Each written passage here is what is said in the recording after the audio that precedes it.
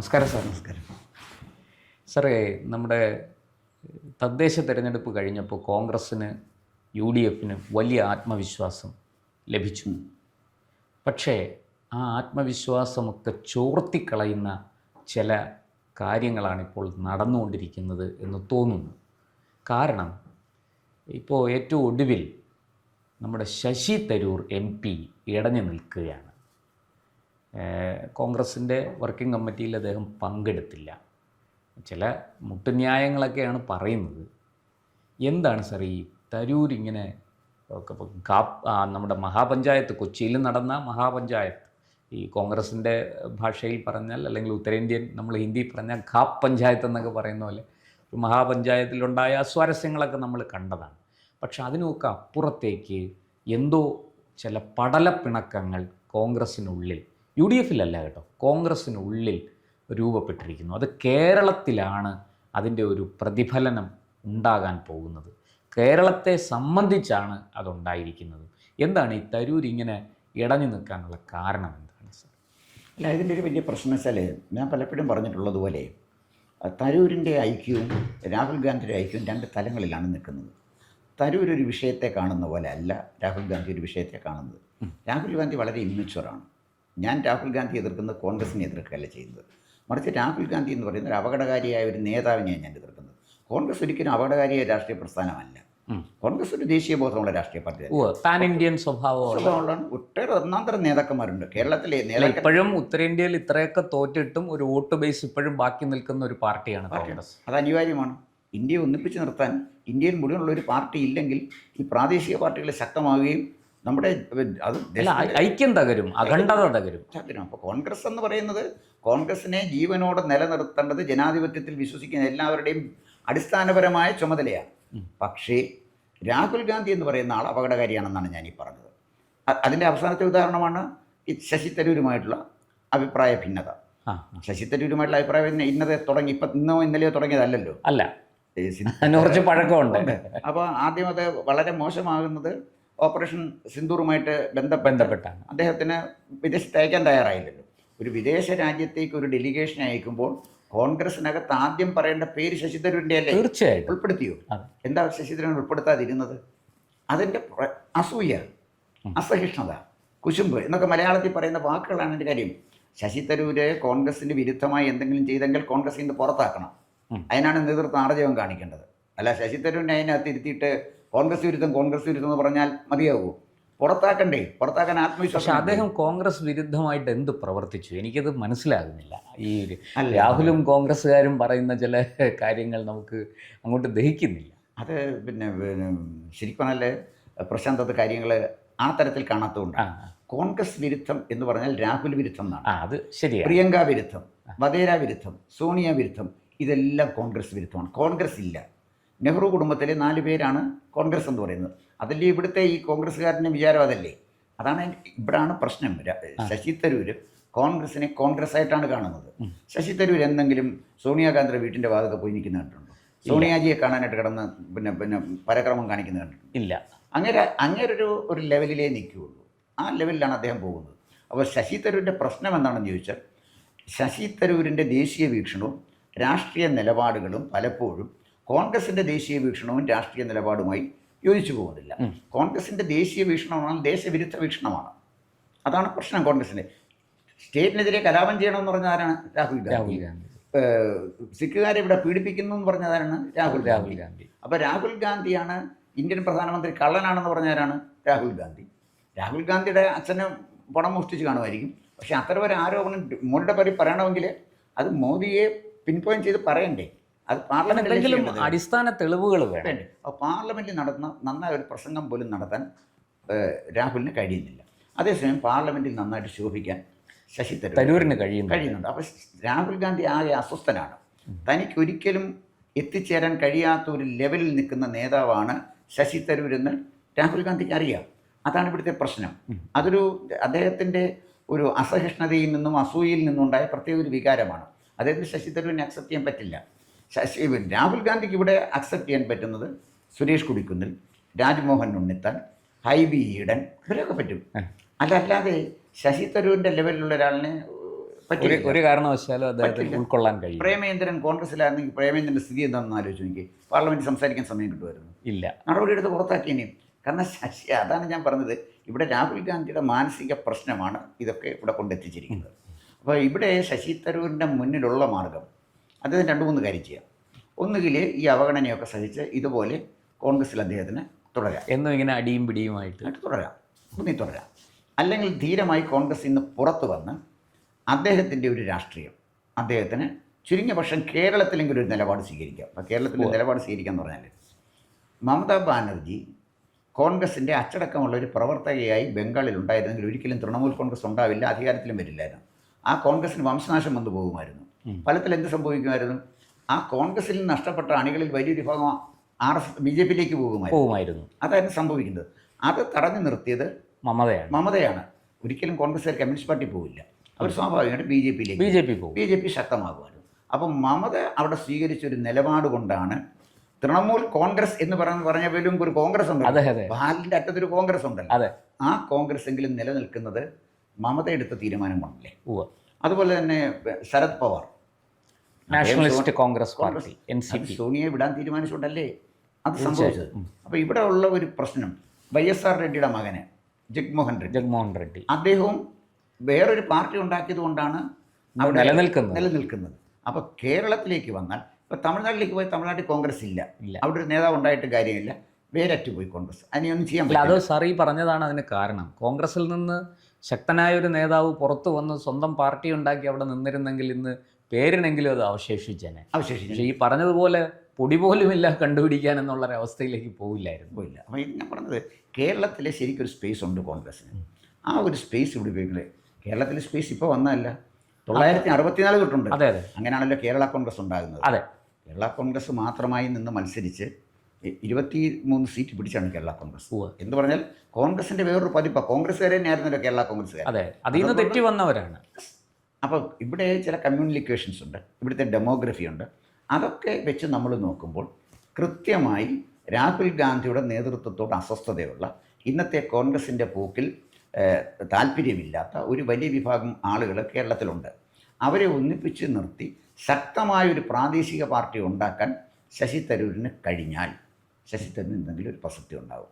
അതല്ലെങ്കിൽ അദ്ദേഹം MP ആയിട്ട് പിന്നെ അടുത്ത ഈ ടേം പൂർത്തിയാക്കാം, അതുവരെ പാർലമെൻറ്റിൽ പോകാം, രാഹുൽ ഗാന്ധി പറഞ്ഞത് കേട്ടുകൊണ്ടിരിക്കാം.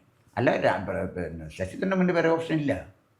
അദ്ദേഹം BJPയിലേക്ക് പോകും എന്നിങ്ങനെ അദ്ദേഹമല്ല, അദ്ദേഹത്തിൻ്റെ എതിരാളികളും കുറച്ച് കോൺഗ്രസ്സുകാരും പ്രചരിപ്പിക്കുന്നുണ്ട്.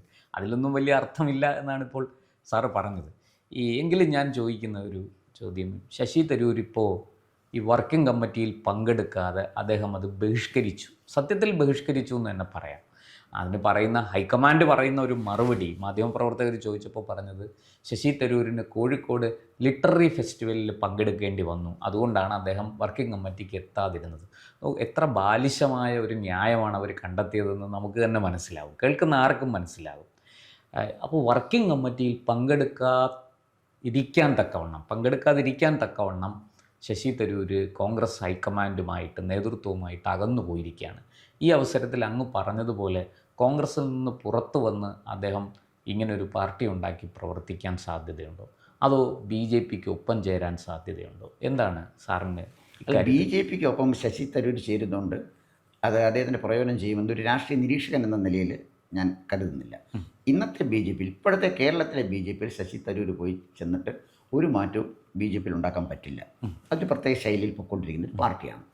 ശശി തരൂരിന് അവിടെ ഒരു ചോദ്യം ചോദിച്ചോട്ടെ സാർ.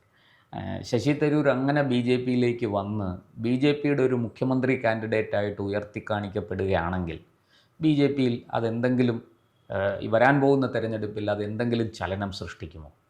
തീർച്ചയായിട്ടും ശശി തരൂരിനെയാണ് ഞങ്ങൾ മുഖ്യമന്ത്രിയാക്കുന്നത് എന്ന് പറഞ്ഞ് BJP വലിയൊരു ക്യാമ്പയിൻ ആരംഭിക്കുകയും ശശി തരൂരിനെ അവരുടെ മുഖ്യമന്ത്രി സ്ഥാനാർത്ഥിയായിട്ട് ഉയർത്തിക്കാണിക്കുകയും ചെയ്താൽ ചില വ്യത്യാസങ്ങളുണ്ടാകും, തീർച്ചയായിട്ടും ഉണ്ടാകും.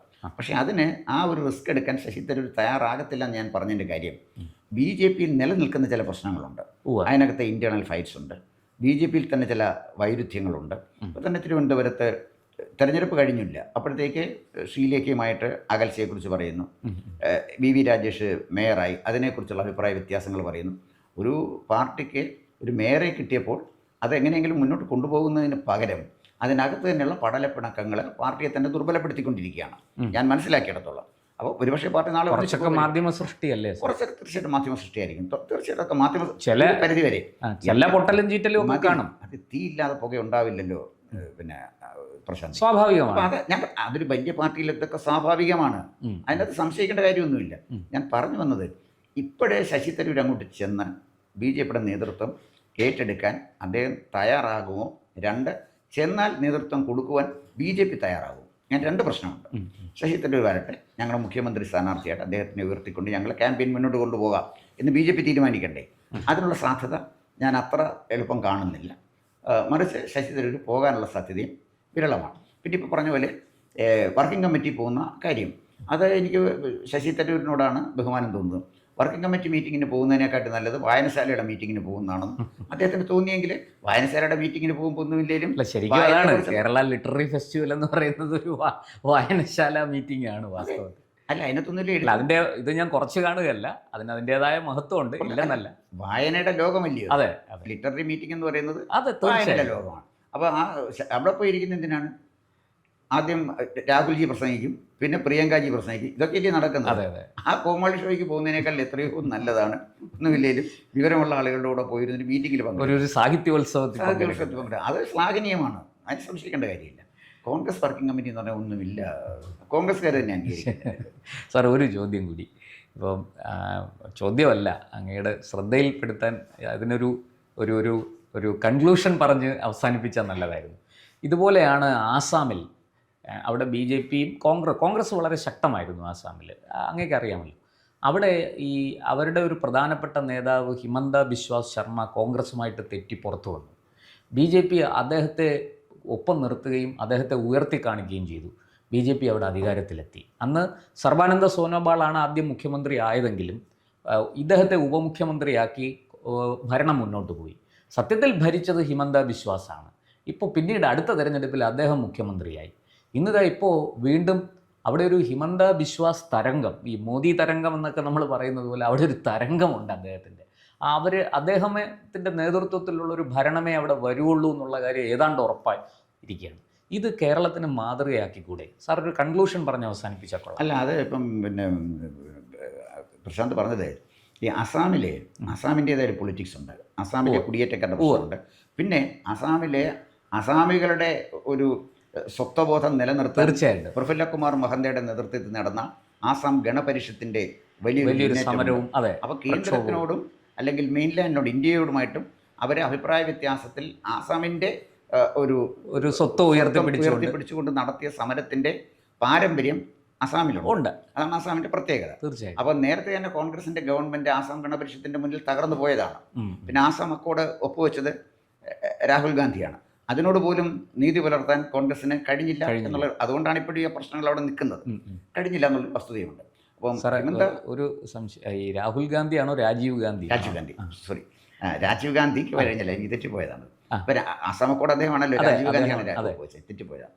അപ്പം അതിൻ്റെ പേരിലാണ് പിന്നീട് ആസാമിലുണ്ടാകുന്ന പ്രശ്നങ്ങൾ. അപ്പോൾ ഹിമന്ത ബിശ്വാസ് അവിടെ പോയപ്പോഴേ, പിന്നെ രാഹുൽ ഗാന്ധിയെ കാണാൻ പോയപ്പോൾ ഈ ശശി തരൂരിനെ നേരിട്ടതിനേക്കാൾ മോശമായ അപമാനമാണ്. അദ്ദേഹം വേണ്ട പട്ടിക്ക് ബിസ്ക്കറ്റ് കൊടുത്തുകൊണ്ടിരിക്കുകയായിരുന്നു, അദ്ദേഹത്തിനെ മൈൻഡ് ചെയ്തു പോലുമില്ല. അപ്പോൾ യാതൊരു പക്വതയുള്ള ഒരാളല്ല, പക്വതയുമില്ല, സംസ്കാരവുമില്ല. ഇത് രണ്ടും കൂടെ ചേർന്ന് കഴിയുമ്പോൾ വല്ലാതൊരു പേഴ്സണാലിറ്റി ആവും. സംസ്കാരം ഉണ്ടെങ്കിൽ ഒരു സ്റ്റേറ്റിലെ ലീഡർ വരുമ്പോഴേ പരിഗണന. ശശി തരൂർ ഒരു മീറ്റിങ്ങിൽ പങ്കെടുക്കാൻ അവിടെ ചെല്ലുമ്പോൾ, മഹാപഞ്ചായത്തിൻ്റെ മീറ്റിങ്ങിൽ പങ്കെടുക്കാൻ ചെല്ലുമ്പോൾ, തനിക്ക് അഭിപ്രായ വ്യത്യാസമുള്ള ഒരു നേതാവാണെങ്കിൽ പോലും ശശി തരൂരിനെ അവിടെ അക്കോമഡേറ്റ് ചെയ്യണ്ടേ? തീർച്ചയായിട്ടും. അല്ല, സ്നേഹത്തിൻ്റെ കട തുറന്നു എന്ന് പറഞ്ഞു വല്ല കാര്യമില്ല. അതെ, അത് കാര്യമൊന്നുമില്ല. ആരെങ്കിലും എഴുതി കൊടുക്കുന്നത് തുറന്നത് വെറുപ്പിൻ്റെ കടയാണ് എന്ന് പറയാതെ പറയുകയാണ്. അല്ല, അതാണ് ഞാൻ പറഞ്ഞത്. രാഹുൽ ഗാന്ധിയുടെ അപക്വമായ പെരുമാറ്റം അത് കോൺഗ്രസിൻ്റെ സ്വാഭാവികമായ അന്ത്യത്തിലെത്തുമ്പോൾ ഇത്തരം നേതാവ് കോൺഗ്രസിൽ വരേണ്ടത് അനിവാര്യമാണ്. എപ്പോഴും ചരിത്രത്തിൽ അങ്ങനെയാണ്. മുഗൾ സാമ്രാജ്യം തകർന്നു പോകാൻ ഒരു ഔറംഗസീബ് വരേണ്ടി വന്നു. ഔറംഗസീബിന് പകരം അക്ബർ ആയിരുന്നെങ്കിൽ മുഗൾ സാമ്രാജ്യം തകർന്നു. അദ്ദേഹത്തിന്റെ മൂത്ത ജ്യേഷ്ഠൻ ദാരാഷിക്കോ ആയിരുന്നെങ്കിൽ സാമ്രാജ്യം ഒരുപാട് നാൾ നിലനിന്നു. ദാരാഷിക്കോ എന്ന് വന്നെങ്കിൽ അദ്ദേഹം വലിയ പണ്ഡിതനാണല്ലോ, സംസ്കൃത പണ്ഡിതനാണ്. ഉപനിഷത്തുകള് പിന്നെ അറബി ഭാഷയിലേക്ക് തർജ്ജമ ചെയ്ത വലിയ മഹാപണ്ഡിതനാണ്. ഏറ്റവും വലിയ രസം, ദാരാഷിക്കോവിന് ഡൽഹിയിലൊരു സ്മാരകമില്ല, ഔറംഗസീബിന് സ്മാരകമുണ്ട്, ഔറംഗസീബ് റോഡ്. അതാണ് കോൺഗ്രസിൻ്റെ ദേശീയ വിരുദ്ധതയുടെ ഏറ്റവും വലിയ ഉദാഹരണം. ഞാൻ ആ കഥയിലേക്ക് പോകുന്നില്ല, അതവിടെ നിൽക്കട്ടെ. നമുക്ക് ഇങ്ങോട്ട് ഇപ്പം തിരിച്ചു വന്നല്ലേ പറ്റൂ. അപ്പോൾ ഇതുപോലെ ഇതിൻ്റെ പ്രോബ്ലം എവിടെയാണെന്ന് ചോദിച്ചു കഴിഞ്ഞാൽ, അസാമിലെ ഒരു പ്രത്യേക സംവിധാനത്തിൽ ഇപ്പോൾ അസാമിലെ ഹിമന്ത ബിശ്വ ശർമ്മ പോയതുപോലെ ശശി തരൂർ BJPയിലേക്ക് പോകണമെങ്കിൽ 2 കടമ്പകളുണ്ട്. ഒന്ന്, BJP അദ്ദേഹത്തിന് ഏക മനസ്സോടെ ഏറ്റെടുക്കാനുള്ള ഒരു തയ്യാറെടുപ്പ് വേണം. അപ്പം അങ്ങനെ വേണമെങ്കിൽ കേരളത്തിലെ BJP വളരണം. ആരെ സ്വീകരിച്ചാലും BJP വളരണം. ഇപ്പം ബംഗാളിലെ പിന്നെ തൃണമൂൽ കോൺഗ്രസിൻ്റെ നേതാവല്ലേ ഇപ്പോൾ പ്രതിപക്ഷ നേതാവായിട്ടിരിക്കുന്നത്. അതെ അതെ. അപ്പം അവരെ കോൺഗ്രസ് നേതാക്കന്മാരെ ബംഗാളിൽ തൃണമൂല് മാത്രമല്ല CPM-ൻ്റെയും കോൺഗ്രസിൻ്റെയും ഒക്കെ നേതാക്കൾ BJPയിലേക്കാണ് ചേക്കേറിയിരിക്കുന്നത്. അവിടുത്തെ BJP അവരെയൊക്കെ സ്വീകരിച്ചല്ലോ. സ്വീകരിച്ചെന്ന് മാത്രമല്ല, അവരെ അക്കോമഡേറ്റ് ചെയ്തു. സ്വീകരിച്ചാൽ പോരാ, അവരെ സ്വീകരിച്ച അവർക്ക് അർഹമായ സ്ഥാനം കൊടുക്കുന്നിടത്താണ് കാര്യമല്ല. സ്വീകരിച്ച ഒരു മെമ്പർഷിപ്പ് എടുത്തുകൊണ്ട് പുറകെ പോയിരിക്കുന്നു എന്ന് പറഞ്ഞൊരു കാര്യമൊന്നും. രാഹുൽ ഗാന്ധി ശശി തരൂരിനോട് പെരുമാറിയതിനേക്കാൾ മോശമായിട്ട് BJPക്കാർ ശശി തരൂരിനോട് പെരുമാറാൻ തുടങ്ങിയാൽ ശശി തരൂരിന് സ്പേസ് കിട്ടത്തില്ല. അപ്പോൾ അതുകൊണ്ട് ഇപ്പോഴത്തെ സാഹചര്യത്തിൽ നല്ലത് കോൺഗ്രസ്സിന് ഇവിടെ ഒരു സ്പേസ് ഉള്ളത്. ഇവിടുത്തെ ഡെമോഗ്രഫി നോക്കിയാൽ ശശി തരൂരിന് നല്ലത് കേരളത്തിൻ്റെ വിഷയങ്ങൾ ഉയർത്തിപ്പിടിച്ചുകൊണ്ട് അദ്ദേഹത്തിൻ്റെ പ്രാദേശിക രാഷ്ട്രീയ പാർട്ടിക്ക് രൂപം കൊടുക്കാനുള്ള എല്ലാ സാധ്യതയുണ്ട്. കാരണം കേരളം വേറിട്ടൊരു സ്റ്റേറ്റാണ്, കേരളത്തിൻ്റെ ഇഷ്യൂസ് വ്യത്യസ്തമാണ്. ലോകപരിചയമുള്ള ശശി തരൂരിന് ഈ സ്റ്റേറ്റിനെ, ഇന്ത്യയിലെ തികച്ചും വ്യത്യസ്തമായ ഒരു സംസ്ഥാനത്തെ ഒരു വ്യത്യസ്തമായ ഒരു സ്റ്റേറ്റായിട്ട് ഉയർത്തി ഇവിടെ ഒരു വികസന പരിപ്രേക്ഷ്യം മുന്നോട്ട് വെക്കാൻ അദ്ദേഹത്തിന് കഴിഞ്ഞാൽ ആളുകളെ കൂടുതൽ ആകർഷിക്കാനും അത്തരം ഒരു പാർട്ടിയുമായിട്ട് BJP ഒരു അലയൻസിൽ വന്നാൽ വളരെ എളുപ്പം ഡെഫിനറ്റായിട്ട് കേരളത്തിൽ അധികാരത്തിലെത്താൻ കഴിയും. കാരണം അങ്ങനെ വരുമ്പോൾ ഇന്നത്തെ ഈ ക്രിസ്ത്യൻ കമ്മ്യൂണിറ്റിക്ക് BJP ചേരാനുള്ള വൈമനസ്യം ഇപ്പോഴും നിൽക്കുകയാണ്. അവരൊരു പക്ഷേ ശശി തരൂരിനോടൊപ്പം കൂടും, ഇന്നല്ലെങ്കിൽ നാളെ കൂടിയേ പറ്റുള്ളൂ. അങ്ങനെ വരുമ്പോൾ തീർച്ചയായിട്ടും BJPക്കും ശശി തരൂർ രൂപം കൊടുക്കുന്ന നല്ല വീക്ഷണമുള്ള ഒരു രാഷ്ട്രീയ പാർട്ടിയും കൂടി ചേർന്നാൽ ഒരു നല്ല ഗവൺമെൻറ് മാറ്റം ഉണ്ടാക്കാൻ കഴിയും എന്ന് മാത്രമല്ല, ഞാൻ ഇവിടെ കാണുന്നത് ചർച്ച നമുക്കത് വേറെ ചെയ്യാം. ഒരു കാര്യം ഞാൻ ഉറപ്പിച്ച് പറയാം, ചില അടിസ്ഥാനപരമായ മാറ്റങ്ങൾ മുസ്ലിം ലീഗിലുണ്ടാവും. അതിന് പിന്നെ ആരെയും സംശയിക്കേണ്ട. കാരണം ആ ദിശയിലാണ് മുസ്ലിം ലീഗ് പോയിക്കൊണ്ടിരിക്കുന്നത്. BJPയും ശശി തരൂരും മുസ്ലിം ലീഗിൻ്റെ ഒരു വിഭാഗവും കൂടെ ചേർന്നാൽ വളരെ നല്ല ഒരു ഭരണം കേരളത്തിൽ വയ്ക്കാൻ കഴിയും എന്ന് തന്നെയാണ് ഞാൻ വിചാരിക്കുന്നത്. ഇപ്പം മുസ്ലിം ലീഗ് കാണിക്കുന്ന മോദി വിരുദ്ധതയൊക്കെ അങ്ങനെ അധികകാലം നിലനിൽക്കാൻ പോകുന്നില്ല. കാരണം മോദി മുസ്ലിങ്ങൾക്കെതിരായിട്ട് സത്യത്തിനൊന്നും ചെയ്യുന്നില്ല, എല്ലാവർക്കും അറിയാവുന്ന കാര്യമാണ്. അത് പിന്നെ ഒരു പൊളിറ്റിക്കൽ ഗിമിക്കാണ്. പിന്നെ ഇപ്പം തന്നെ പിന്നെ കുഞ്ഞാലിക്കുട്ടി കേന്ദ്ര ഗവൺമെൻറ്റുമായിട്ട് ഇവരുമൊക്കെ ആയിട്ട് നല്ല ബന്ധമുള്ള ആളാണ്. പക്ഷേ അതൊന്നും ഇവിടെ പറയാൻ പറ്റുകയില്ല. പറഞ്ഞാൽ ഇവിടുത്തെ ആളുകൾ വോട്ട് ചെയ്യാത്തത് അത് കുറേ കഴിയുമ്പോൾ ഈ വിരോധമൊക്കെ മാറി വന്നാൽ ഉറച്ചൊരു ഗവൺമെൻറ് ഉണ്ടാക്കാൻ തീർച്ചയായിട്ടും അവർക്ക് കഴിയും. അങ്ങനെ വന്നാൽ കേരളത്തിൻ്റെ വികസനത്തിന് പുതിയൊരു അധ്യായം തുറക്കാൻ, അതിന് നേതൃത്വം കൊടുക്കാൻ ശശി തരൂരിന് കഴിയും. അതല്ലാതെ അദ്ദേഹം ഇന്നത്തെ ഈ രീതിയിൽ കോൺഗ്രസിൻ്റെ പിന്നാലെ നടന്നിട്ട് വലിയ കാര്യമുണ്ടെന്ന് എനിക്ക് തോന്നുന്നില്ല. തീർച്ചയായിട്ടും സാർ, നമുക്ക് കാത്തിരിക്കാം.